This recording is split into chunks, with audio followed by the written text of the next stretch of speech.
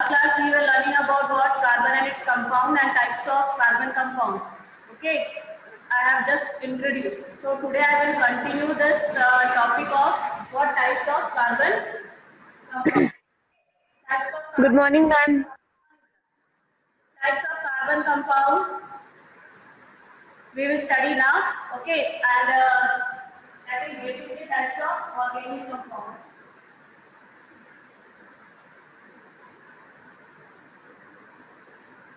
Okay, types of organic compounds, and in that I told you basically in this chapter you are going to learn about 6 organic compounds. You are going to learn about 6 organic compounds. The first type of the organic compound is hydrocarbons. The first type of organic compound is hydrocarbon. अब नाम से ही समझ में आ रहा है कि ये compound कैसा है.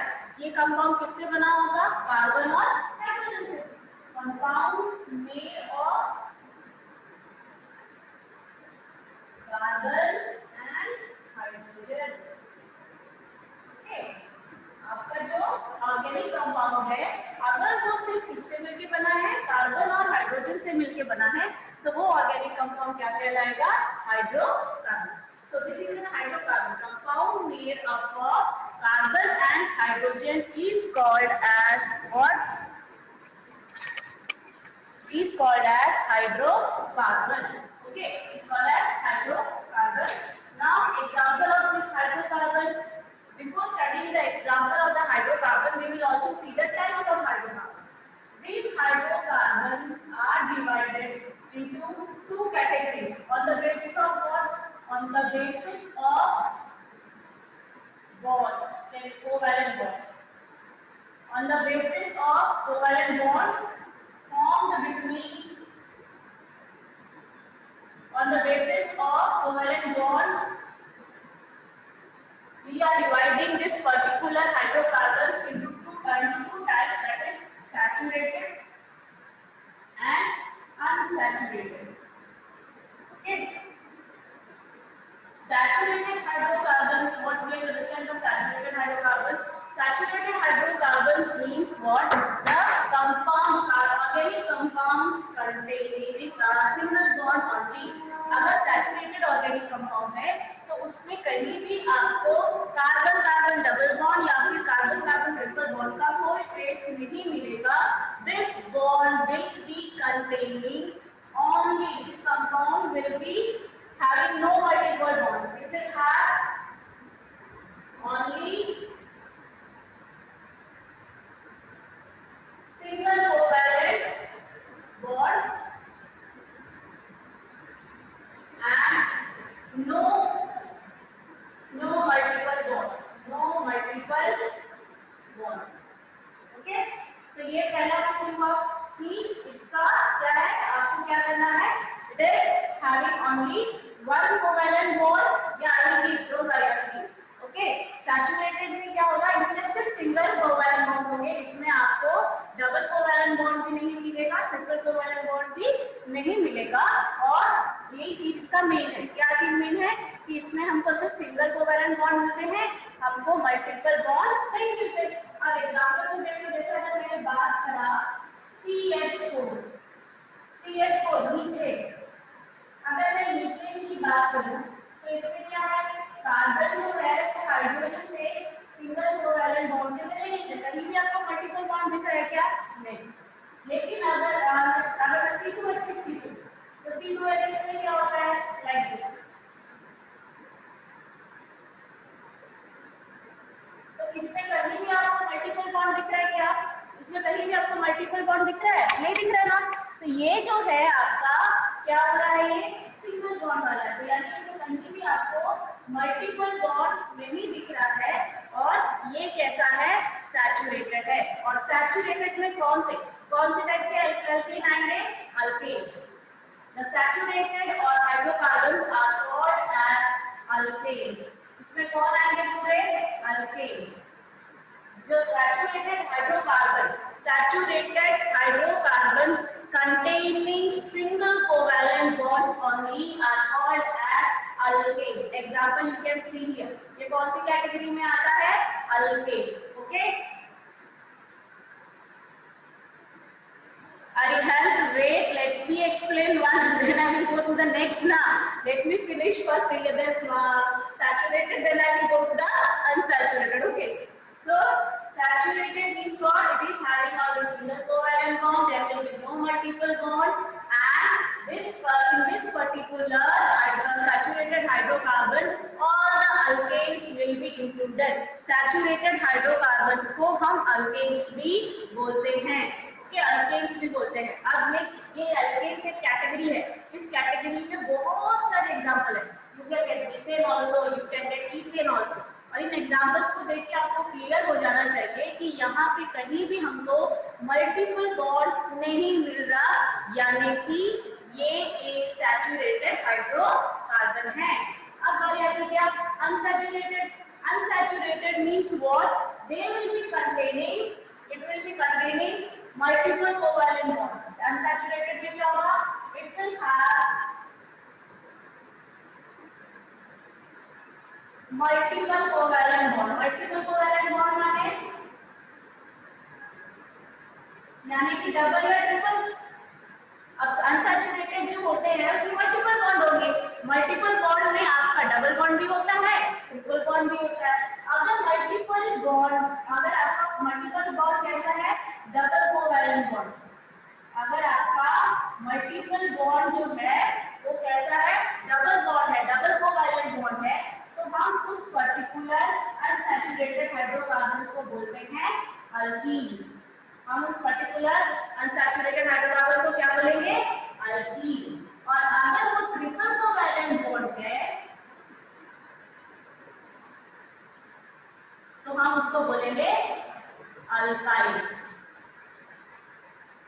ओके, एस मैंने प्लूरल में डाल दिया है, एस लगाने की जरूरत नहीं पहले, अभी एस नहीं लगाना, बाद में कंफ्यूज हो जाओ। ओके, अनसैचुरेटेड हाइड्रोकार्बन का मतलब होता है it will be having multiple covalent bond, and multiple covalent bond है तो मल्टीपल कोवैलेंट बॉन्ड दो तरीके के हो सकते हैं। डबल कोवैलेंट बॉन्ड हो सकता है, ट्रिपल कोवैलेंट बॉन्ड हो सकता है। अगर वो डबल कोवैलेंट बॉन्ड है तो हम उसको अल्कीन बोलेंगे, और अगर ट्रिपल कोवैलेंट बॉन्ड है तो हम उसको अल्काइन बोलेंगे। ठीक है, अब इसका एग्जांपल देख लेते हैं। अब अगर मैं इसका एग्जांपल देखूं अल्कीन का एग्जांपल देखूं C2H4, इसका नाम होता है इथीन। इसका नाम क्या होता है? इथीन। इथीन है। अब इसका अगर मुझे स्ट्रक्चर बनाना है तो कैसे होगा?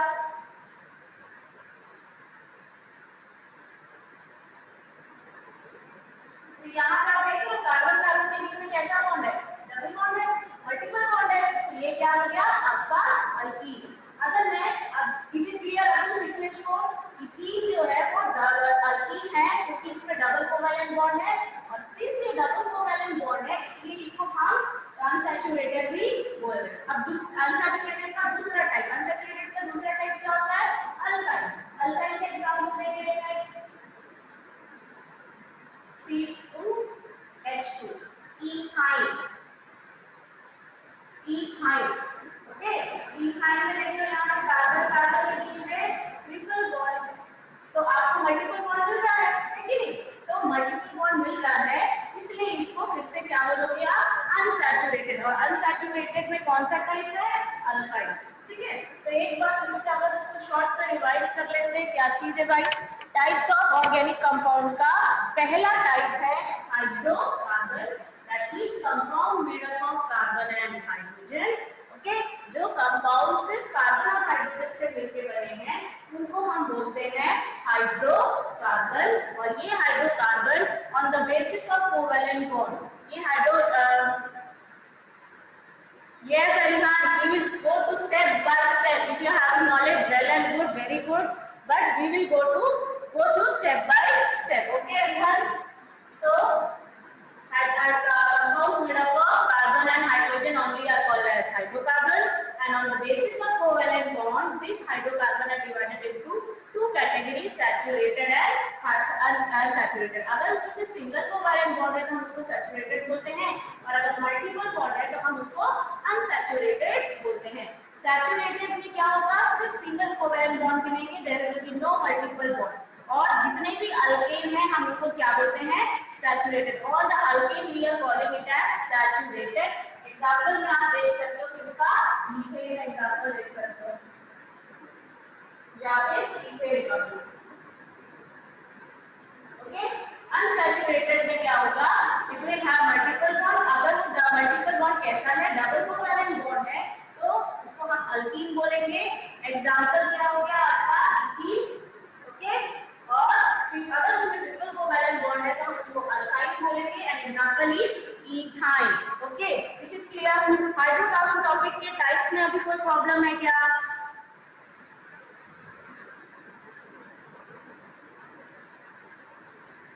ओके, अल्काइलिन ग्रुप अलग है, अल्काइल ग्रुप अलग होता है, अभी अल्काइल में जाएंगे। ओके, क्लियर है? अल्काइल वगैरह में जाएंगे, पहले अपन शॉर्ट में पहले इसको तो देख ले कि ये क्या है इसको। ठीक, तो पहले देख लेते हैं अपन इसको। अब इसके लिए हमको नॉमेनक्लेचर और हाइड्रोकार्बन देख लेते हैं पहले, तो समझ में आ गया। अब इससे रिलेटेड दूसरा टॉपिक क्या है इससे रिलेटेड, एक टॉपिक को कंप्लीट करेंगे धीरे धीरे, फिर दूसरे में जाएंगे। एक में जब तक मैं अल्काइल जाऊंगी, अल्कोहल जाऊंगी तो कुछ नहीं समझ में आएगा, इसलिए थोड़ा थोड़ा धीरे धीरे। और जिसको जल्दी समझ में आ रहा है बहुत अच्छा, वेरी गुड। Okay, clear? तो अब यहाँ पे क्या होगा, अब हम क्या करेंगे, इस हाइड्रोकार्बन का नॉमेनक्लेचर करना है।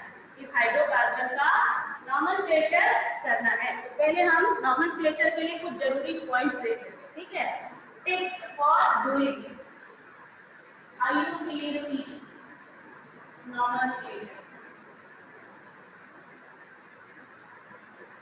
ओके, जैसे आप लोग के दो नाम होते हैं, आप लोग के हर किसी का दो नाम होता है। जैसे घर में सबको बबलू, डबलू, टिकलू सब कुछ भी बुलाते हैं, गोलू, मोलू, सोनू करके कुछ भी बुलाते हैं। लेकिन आपका स्कूल में अच्छा नाम है, अक्षत है ना, वीरम है, हर्षित है ना, अरिहंत है। तो आप लोग का ये एक स्टैंडर्ड नेम है, ये आपका एक अच्छा सा स्टैंडर्ड नेम है जो हर कोई जानता है। लेकिन क्या आपके घर के नाम को कोई जानता है क्या? हर कोई नहीं जानता होगा आपके घर के नाम।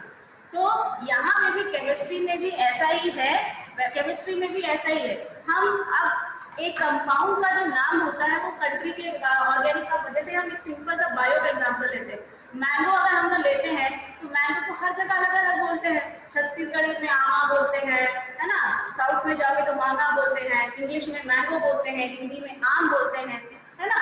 सो इतने सारे नाम हैं उसके, लेकिन तो इसीलिए साइंटिस्ट ने क्या किया, उसका बॉटनिकल नेम क्रिएट किया कि बॉटनिकल नेम मतलब जो हर साइंटिस्ट को एक्सेप्टेबल होगा कि मैंगो को आप मैंगीफेरा इंडिका बोलोगे तो हर बॉटनिकल साइंटिस्ट को पता होना चाहिए कि वो मैंगो है।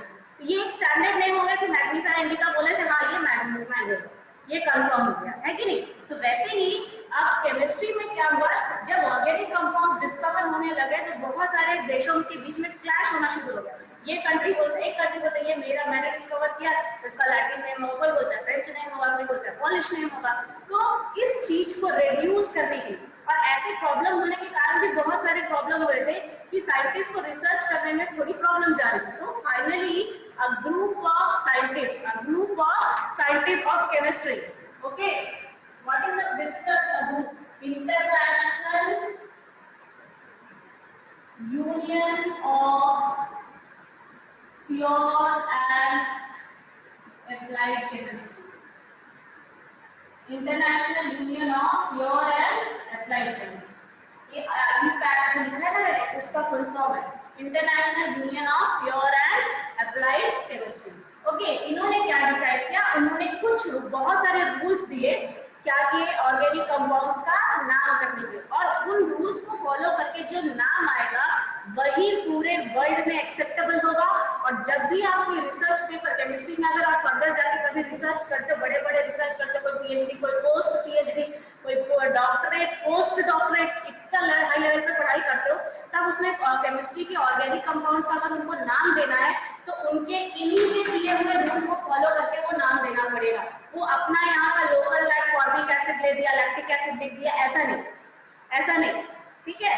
ऐसा लैक्टिक एसिड, फॉर्मिक एसिड वगैरह नाम देके उस रिसर्च पेपर में काम नहीं चलेगा। उनको क्या करना पड़ेगा, ये जो IUPAC नेम है उसका जो स्टैंडर्ड गाइडलाइंस है उसी को फॉलो करके उस कंपाउंड्स का नाम देना पड़ेगा। आप अगर मेडिसिन भी देखते हो ना, मेडिसिन देखोगे बड़ी बड़ी टैबलेट्स आती है, बहुत सारी टैबलेट्स आती है, उस टैबलेट्स के ऊपर भी देखना अगर नाम लिखा रहता है केमिकल्स का तो वो क्या लिखा, किसमें लिखा रहता है, इनके गाइडलाइंस के हिसाब से, मतलब इन्होंने जो गाइडलाइन दिया है केमिकल्स के नाम लिखने के, उसी गाइडलाइंस के हिसाब से वो नाम आता है। ओके, तो ये गाइडलाइंस क्या है, आपको एक और अच्छी बात ये है कि 10th में आपको 11th और 12th और हायर लेवल का कोई पूरा नहीं है, आपको बहुत शॉर्ट नॉमेनक्लेचर है, आपको एकदम डेप्थ में नहीं है, बहुत ही सिंपल वाला नॉमेनक्लेचर है। ठीक है, तो आपको ज्यादा कुछ मेहनत करने की जरूरत नहीं है। इसके लिए आप बस थोड़ा सा पॉइंट याद रखो कि कहाँ पे क्या करना है, कैसे करना है। अब इसको याद करने के लिए मैं आपको क्या बोल रहा हूँ, आपको बहुत लिमिटेड है। अब जिसको एक्स्ट्रा नॉलेज है वो मत ये बोलना कि मैडम ऐसा भी होता है वैसा भी होता है, होने को बहुत चीज है। And I got 11th and 12th, I also know that there are various rules. Okay, लेकिन आपको पूरे रूल्स 10th में नहीं है, आपको शॉर्ट लिमिटेड फॉर्म है। Okay, again I am telling. So आपको क्या करना है, इसके लिए आपको कुछ किसी भी IUPAC नॉमेनक्लेचर में आपके बेसिकली तीन हिस्से होते हैं। बेसिकली क्या हिस्से होते हैं, तीन हिस्से होते हैं, रेफ्लेक्स, वर्ड रूट और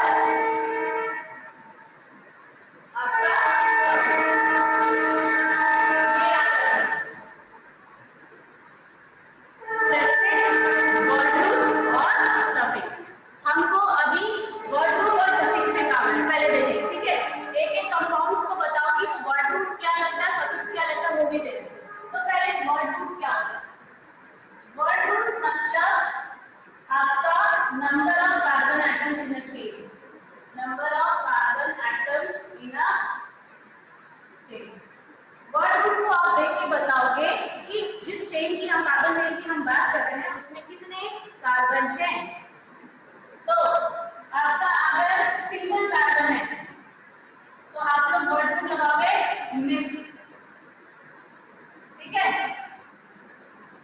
वर्ड रूट है, अगर इथ लगाया मतलब चेन में कितना कार्बन है 1, अगर इथ लगाया तो चेन में कितना कार्बन है 2, अगर प्रो है तो मतलब 3, ब्यूट है तो 4 कार्बन।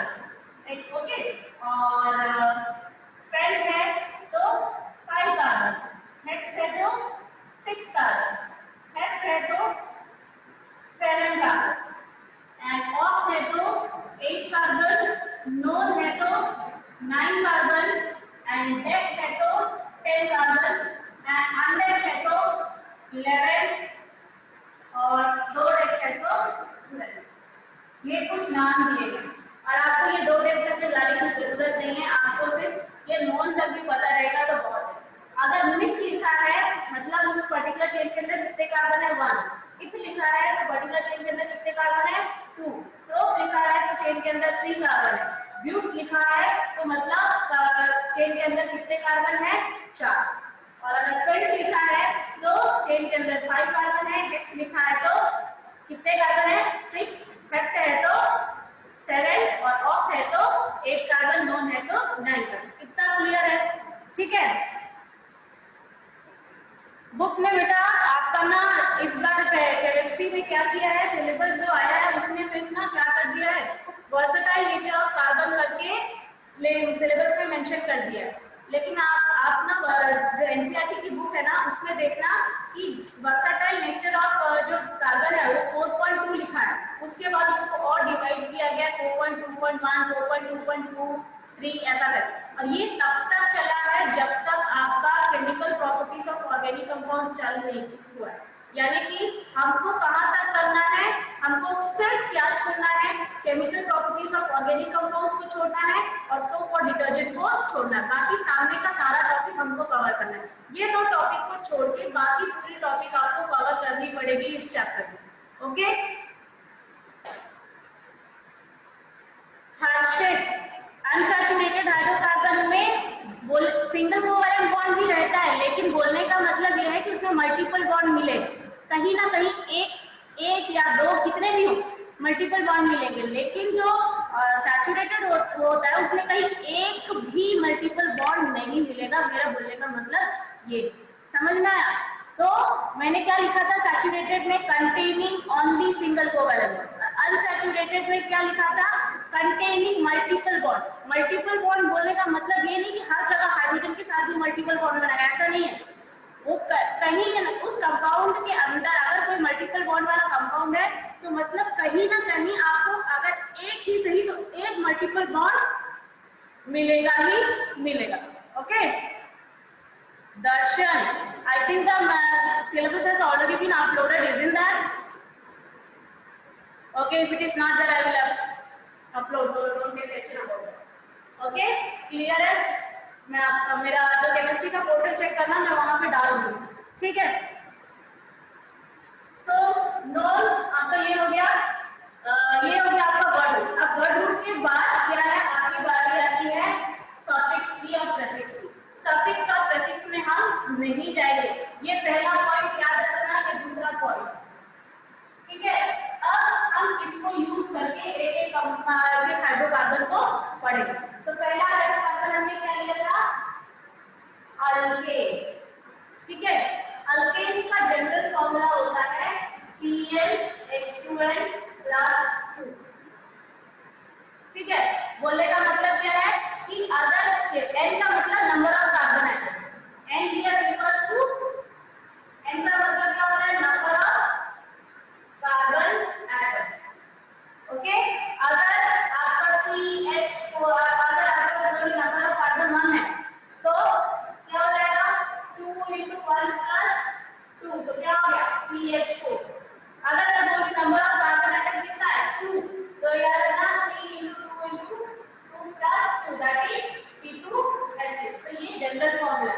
तो केमिस्ट्री में आपका 1 मार्क्स का जो आप लोग देखो बोर्ड के जो क्वेश्चंस रहते हैं ना, वो 3 मार्क्स के हो 5 मार्क्स के हो, उन क्वेश्चंस को छोटे छोटे पार्ट्स में डिवाइड करते हैं। बोर्ड का पेपर देखना है, सैंपल पेपर देखना, तो उसमें क्या रहता है कि जो 3 मार्क्स के क्वेश्चन रहते हैं, 5 मार्क्स के क्वेश्चन रहते हैं, उनको सब पार्ट्स में डिवाइड किया जाता है ना। 3 मार्क्स का क्वेश्चन एक पूरा सब्जेक्टिव क्वेश्चन नहीं मिलता, 3 मार्क्स के क्वेश्चन को सब पार्ट्स में डिवाइड किया गया है, 3 पार्ट्स में डिवाइड कर दिया, 4 पार्ट्स में डिवाइड कर दिया। ओके, तो उसमें सबसे जो कॉमन जो क्वेश्चंस पूछता है वो है general formula of alkane, alkyne and alkyne. कि अल्केन का जनरल फॉर्मूला क्या है, अल्कीन का जनरल फॉर्मूला क्या है, या अल्काइन का जनरल फॉर्मूला क्या है। तो यहाँ पे आपका अल्केन का जनरल फॉर्मूला है क्या, CnH2n + 2। Is it clear? Okay, clear? खुशी, बोर्ड में जो डिलीटेड पोर्शन है वो नहीं आएगा।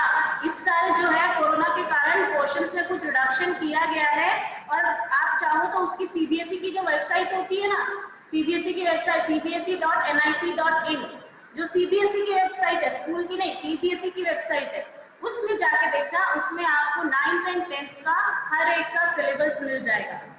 ओके, नहीं है तो already I will share it with you in the portal. Okay, तो ये जो है अल्केन का जनरल फॉर्मूला, और इस जनरल फॉर्मूला से क्वेश्चंस कैसे आपको ऐसे क्वेश्चन आए, ठीक है? अब इसके बाद हमको क्या करना है, मैं क्या पढ़ा रही थी, इसका नॉमेनक्लेचर। अब नॉमेनक्लेचर करना है। नॉमेनक्लेचर कैसे करोगे? अब सपोज आपको दे दिया क्या, कंपाउंड, और बोला चलो इसका नॉमेनक्लेचर करो, तो आप कैसे करोगे? तो सपोज मैंने आपको कंपाउंड दिया है C2 C3, कितना हो जाएगा C3H8। अब मैं इसका बोल रही IUPAC नॉमेनक्लेचर। तो नॉमेनक्लेचर करने के लिए ये याद रखना, यहाँ पे क्या लगेगा, सफिक्स। अल्केन का जो यहाँ पे जो अल्केन के लिए जो यूज होता है सफिक्स,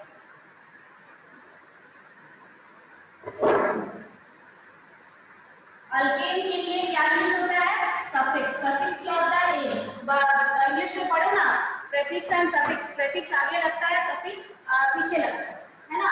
तो क्या लगेगा, अल्केन में तो सफिक्स लगेगा, और कहाँ क्या लगेगा, ए, और सफिक्स कहाँ लगता है, वर्ड रूट के बाद।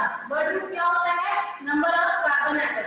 अब नंबर ऑफ कार्बन एटम देखिए इसका CPH8 पे कितने कितने कार्बन एटम है यहाँ पे 3, तो वर्ड रूट क्या हो जाएगा प्रो, तो ना वर्ड रूट हो गया प्रो, सफिक्स क्या लगेगा ए, ठीक है, और जोड़ दो इसको प्रोपेन, ठीक है क्लियर।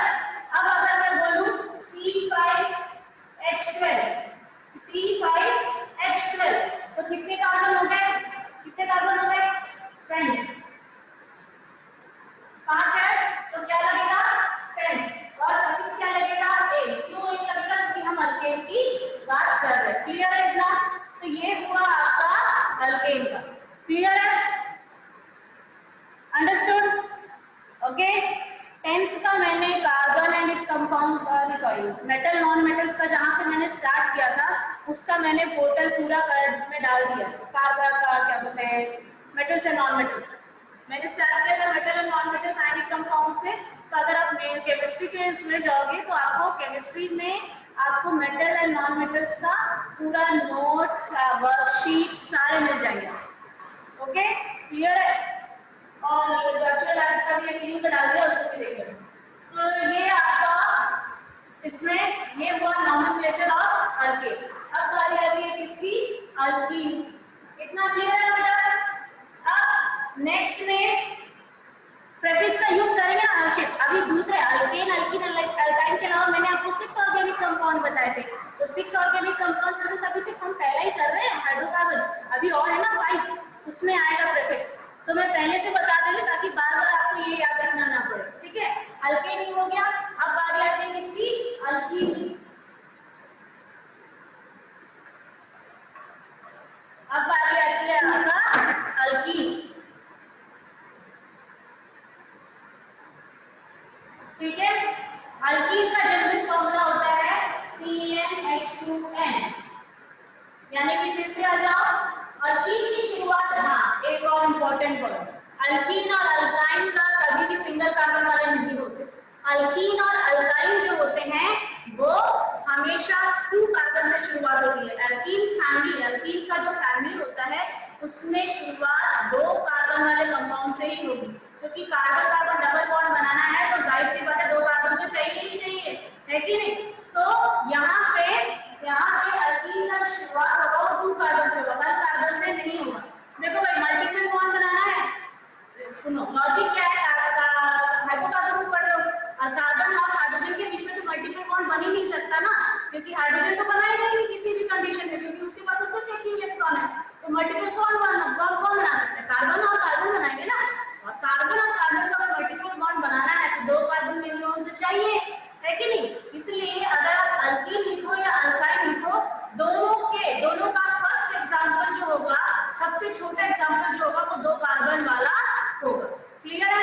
हाँ बेटा गुड, कौन है ये हर्षित, गुड, अल्कीन्स ऑलिफिन्स गुड, तो आप लोग एक्स्ट्रा स्टडी भी करते हो, अच्छा है गुड।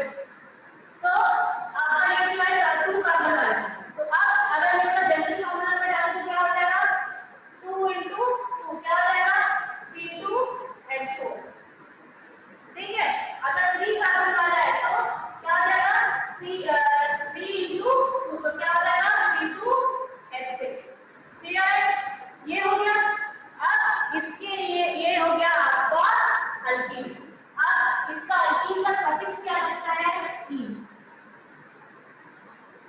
सफिक्स क्या लगता है ईन, ठीक है। अब एक चीज सुनो बेटा, आप लोग को यहाँ पे आप लोग मैं क्या बोली 10th लेवल में आपको छोटा वाले एग्जाम्पल से बड़े बड़े एग्जाम्पल नहीं है, तो आप लोग 10th में जितने भी एग्जाम्पल पढ़ोगे ना वहां पे जो डबल बॉन्ड जो है, डबल बॉन्ड और ट्रिपल बॉन्ड वो आपको सिर्फ स्टार्टिंग पोजीशन में मिलेंगे, जैसे कि अब इसको छोड़ दो, एग्जाम्पल को लेते हैं, फर्स्ट मैं इसको करा रही हूँ, इसी को ले लेते हैं C2H4, C2H4 में कितने कार्बन है, C2H4 में कितने कार्बन है 2, तो क्या हो जाएगा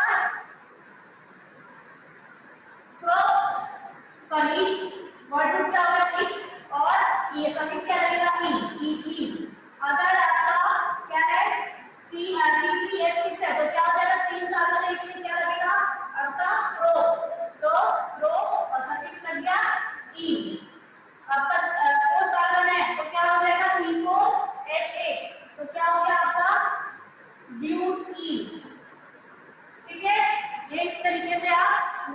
नॉमेनक्लेचर करोगे, ठीक है, नॉमेनक्लेचर करने समझ में आया ये। अब मैंने यहाँ पे इन के आगे 1 2 3 कुछ नहीं लिखा है, ठीक है। अगर एग्जाम में कहीं इस इन से पहले नोट पॉइंट है, इंपॉर्टेंट पॉइंट है, याद रखना कि अगर इन से पहले अगर आपको 1 2 3 या जो भी लगा है तो इसका मतलब कार्बन कार्बन डबल बॉन्ड का आपको पोजीशन बताना है कार्बन चेन के अंदर, ठीक है। अगर कुछ नहीं लिखा है, ई लिखा है, तो मतलब कार्बन कार्बन जो है वो स्टार्टिंग पोजीशन में है।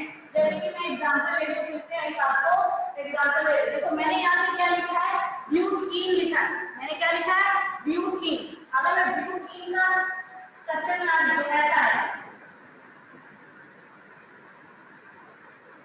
ठीक है।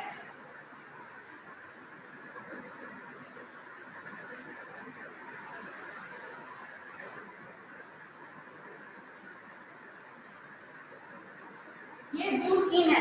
कब, जब ब्यूटीन लिखा है, यानी इन, मैंने क्या बोला, ब्यूटीन का मतलब क्या होगा, इन का, ब्यूटीन का मतलब होता है कि डबल बॉन्ड है। ई मैंने क्या बोला, ई से पहले मैंने कोई नंबर नहीं डाला, ई से पहले मैंने कोई नंबर नहीं डाला है, 1 2 3 कुछ भी नहीं डाला। इसका मतलब ये हुआ कि जो डबल बॉन्ड है वो आपको स्टार्टिंग में ही मिल रहा है, कार्बन के चेन के स्टार्टिंग में मिल रहा है। लेकिन अगर मैं इसको ब्यूटीन लिख दूं, अगर मैं इसको थोड़ा सा मॉडिफाई करके क्या लिखूं, ब्यूटीन लिख दूं,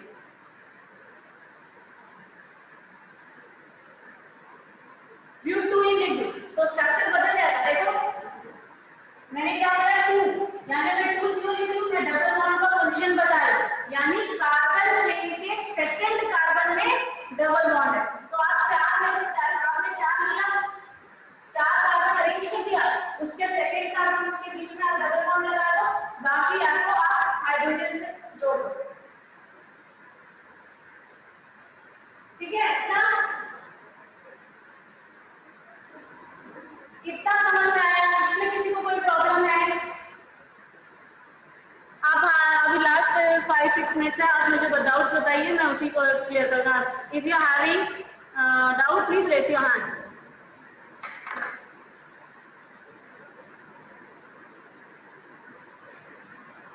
अक्षत, what I have to repeat बेटा? अक्षत, अच्छा ओके ठीक। हाँ अभी देखो डिफरेंस क्या है, मैंने यहाँ पे 3 के पहले मैंने कुछ लिखा है क्या, 3 के पहले 1 2 3 कुछ लिखा है क्या, नहीं लिखा। अगर एग्जाम में सिंपल ब्यूटीन लिखा है तो मतलब समझ जाना कि आपका जो डबल बॉन्ड है वो कार्बन चेन के स्टार्टिंग में है।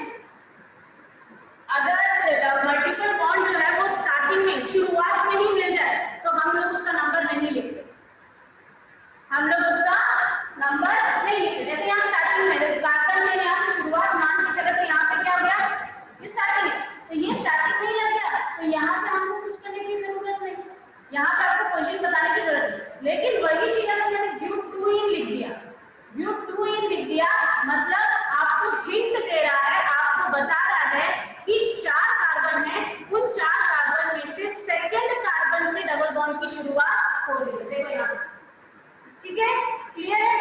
अक्षर, योर डाउट इज क्लियर? अक्षर, योर डाउट इज क्लियर बेटा?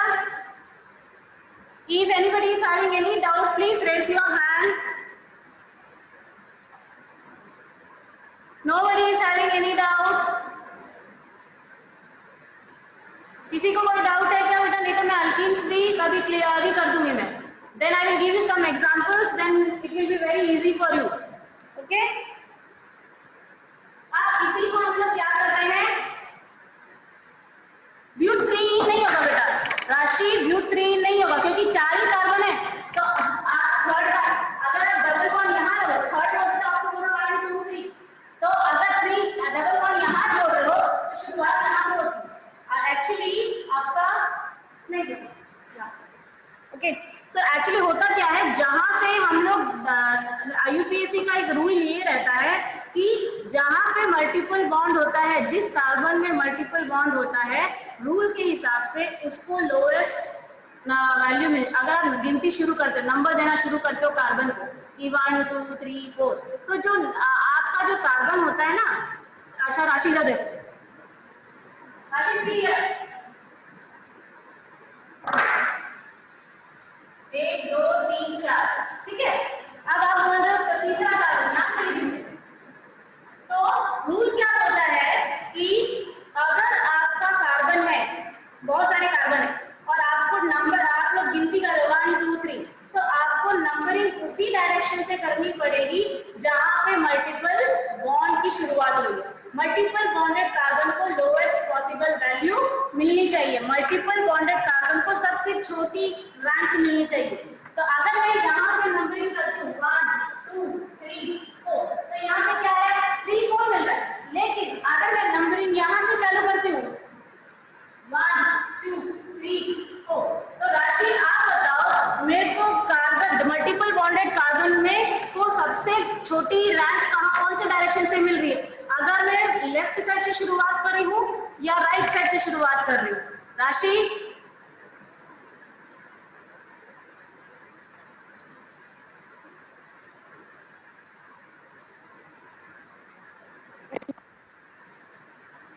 Ma'am, can you hear me? हाँ, इससे राशि Ma'am. Yes, ma'am, Rashi. हाँ बोलो। मैम समझ नहीं आया, एक बार और बताओ ना, ये आप बता रहे थे अभी। मिथ मिथ प्रोप वगैरह बोलते हैं, यानी हम लोग कार्बन की गिनती करके कर रहे हैं, है कि नहीं? हम लोग वर्ड रूट लिख रहे हैं ना, यस मैम। प्रोप वगैरह, यानी कार्बन की गिनती करना है।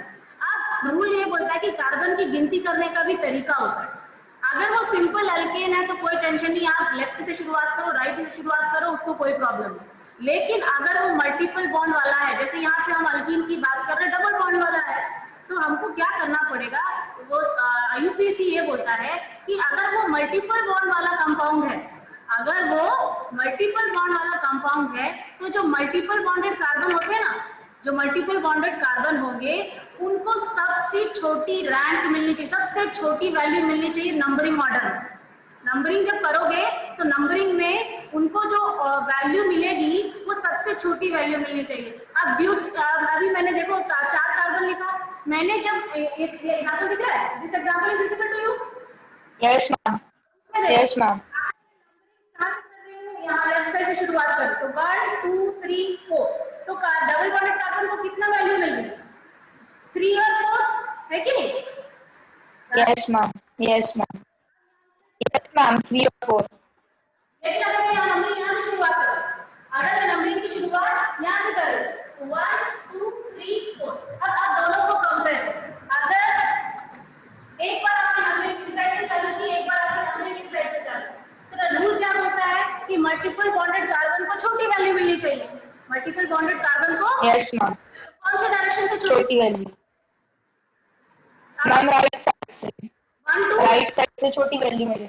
हाँ 1 2। 1 2 मिलेगा ना? तो अब अगर आप करोगे यस मैम। मतलब तो वही आएगा ना। तो इसी चीज को अगर मैं ऐसा लिखूंगा, अब मेरे को आप लोग बताना, you will reply to the chat section. I am giving you 3 examples, you tell me to the chat section, okay you people. This is total 5 carbon,